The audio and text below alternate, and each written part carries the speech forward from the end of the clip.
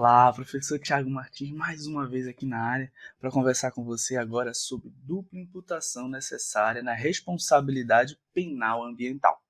Bem, a gente vai falar exatamente sobre o que diz o RE 548181. Lá a gente vai ver o que o STF decidiu nessa situação, que causou uma reviravolta alguns anos atrás sobre esse tema. Vamos lá, olha só. Então, o nosso tema, como eu já disse, envolve responsabilidade penal ambiental, que por sua vez você sabe que é subjetiva, pessoal, enfim. Dentro desse aspecto, o que se tinha antes do RS 548181? Nós tínhamos a chamada dupla imputação necessária. Dupla imputação necessária, ou seja, olha só, a responsabilidade da pessoa jurídica era atrelada à pessoa física. O que quero dizer com isso? Bem, nós sabemos que na esfera penal, ambiental, a pessoa jurídica pode ser responsabilizada por crimes ambientais.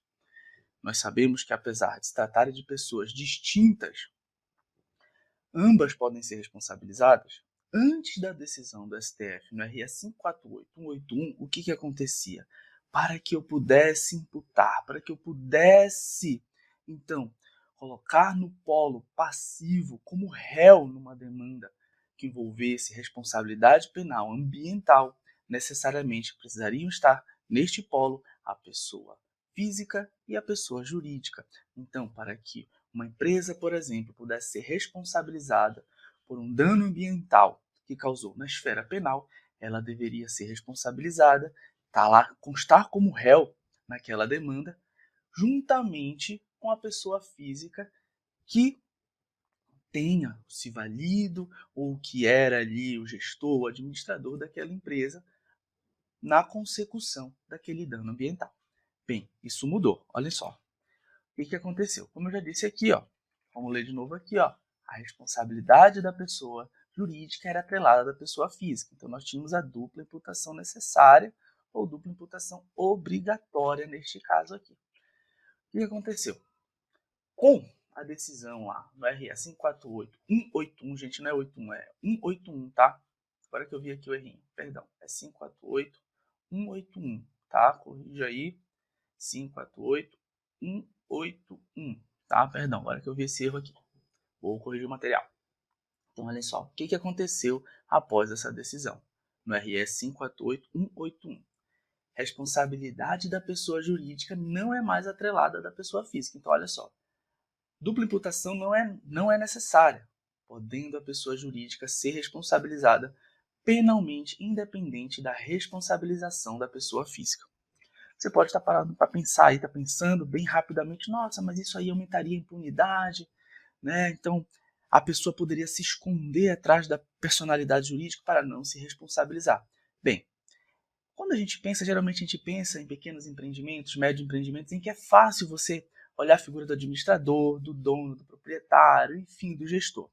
Mas quando a gente está falando de grandes indústrias, de grandes corporações, melhor dizendo, transnacionais, que têm diversos gestores, diversas presidências, bem, a interlocução entre esses gestores é bem complexa. Uma tomada de decisão não depende unicamente de uma pessoa, e sim de um complexo, de um processo corporativo bem complexo.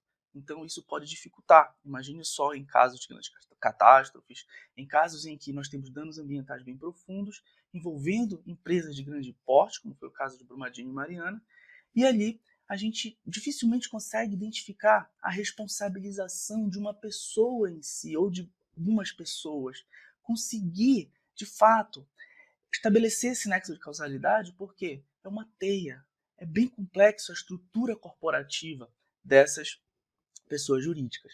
Então, nesse caso, se eu não conseguisse estabelecer esse nexo, além de não responsabilizar nenhuma pessoa física, eu não conseguiria responsabilizar a pessoa jurídica caso a dupla imputação, ou seja, a responsabilização penal ambiental, dependesse da dupla imputação necessária. Então vamos ver aqui o que foi dito no RS 548181, bem rapidinho, olha só. A ementa recurso extraordinário, ó, RS 548181-PR, direito penal, crime ambiental, responsabilidade penal da pessoa jurídica, condicionamento da ação penal à identificação e persecução. Gente, perdão aqui que a minha coordenação hoje está bem ruim aqui.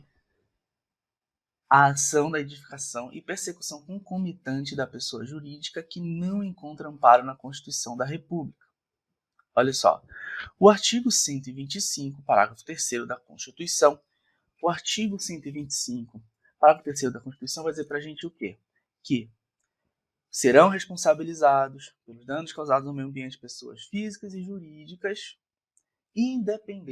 penalmente e administrativamente, independente de culpa. Então, ali, este artigo constitucional, artigo 225, parágrafo 3º, traz a égide constitucional a tríplice responsabilidade ambiental, civil, penal e administrativa. E perceba que ele fala lá no final, o texto constitucional, nosso constituinte, independente de culpa, ou seja, a gente já capta daí que a responsabilidade civil é objetiva, mas a penal e a administrativa são subjetivas, e no caso aqui do nosso vídeo de hoje, responsabilidade penal. Tá? Então, olha só, o artigo 325, parágrafo 3º da Constituição não condiciona a responsabilização penal da pessoa jurídica por crimes ambientais a simultânea persecução penal da pessoa física, em tese responsável no âmbito da empresa. A norma constitucional não impõe a necessária dupla imputação.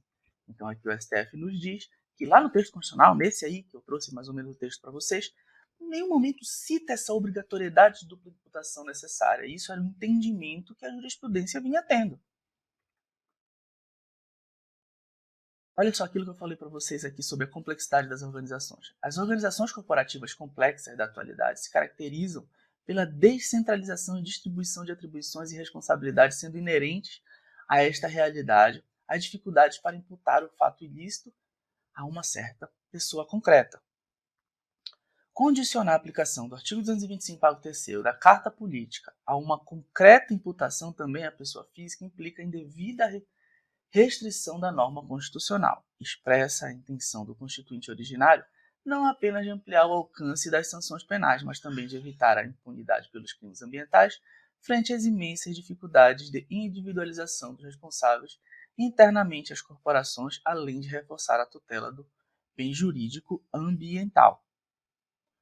A identificação dos setores e agentes internos das empresas determinantes da produção do fato ilícito tem relevância e deve ser buscada no caso concreto como forma de esclarecer se esses indivíduos ou órgãos atuaram ou deliberaram no exercício regular de suas atribuições internas à sociedade. E ainda para identificar se a atuação se deu no interesse ou em benefício da entidade coletiva. A entidade coletiva, para quem não sabe, está tudo bem não saber, é a própria pessoa jurídica. Tal esclarecimento, relevante para fins de imputar determinado delito à pessoa jurídica, não se confunde, todavia, com subordinar a responsabilização da pessoa jurídica à responsabilização conjunta cumulativa das pessoas físicas. E não raras oportunidades, as responsabilidades internas pelo fato estarão diluídas ou parcializadas de tal modo que não permitirão a imputação da responsabilidade penal individual. Percebo que o STF se preocupou justamente em evitar a impunidade, considerando que toda tomada de decisão nessas corporações completas são extremamente fragmentadas, então é difícil você estabelecer o nexo de causalidade, saber quem de fato ali ordenou, atuou de fato positivamente para a consecução do dano. Por sua vez, é necessário verificar que a pessoa jurídica, em nenhum momento a sua imputação fica condicionada de forma cumulativa necessária à imputação da pessoa física, conforme o texto constitucional.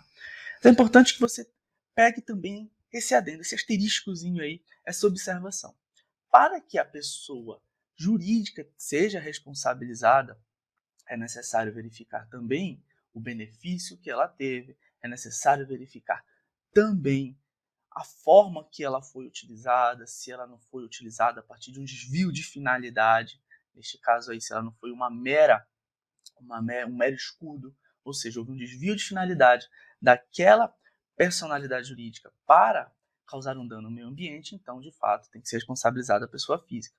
Mas, por sua vez, havendo dano, havendo claramente que o ente moral se beneficiou de alguma forma e não houve a possibilidade de encontrar ou de responsabilizar a pessoa física por trás dessa personalidade jurídica, ali daquela empresa, daquela corporação, bem, imputa-se então individualmente, responsabiliza-se individualmente, processa-se individualmente em âmbito penal a pessoa jurídica.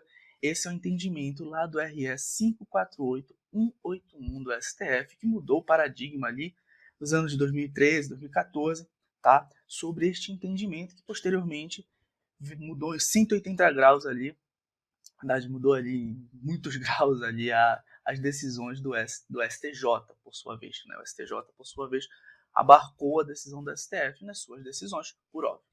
Entendido? Tranquilo?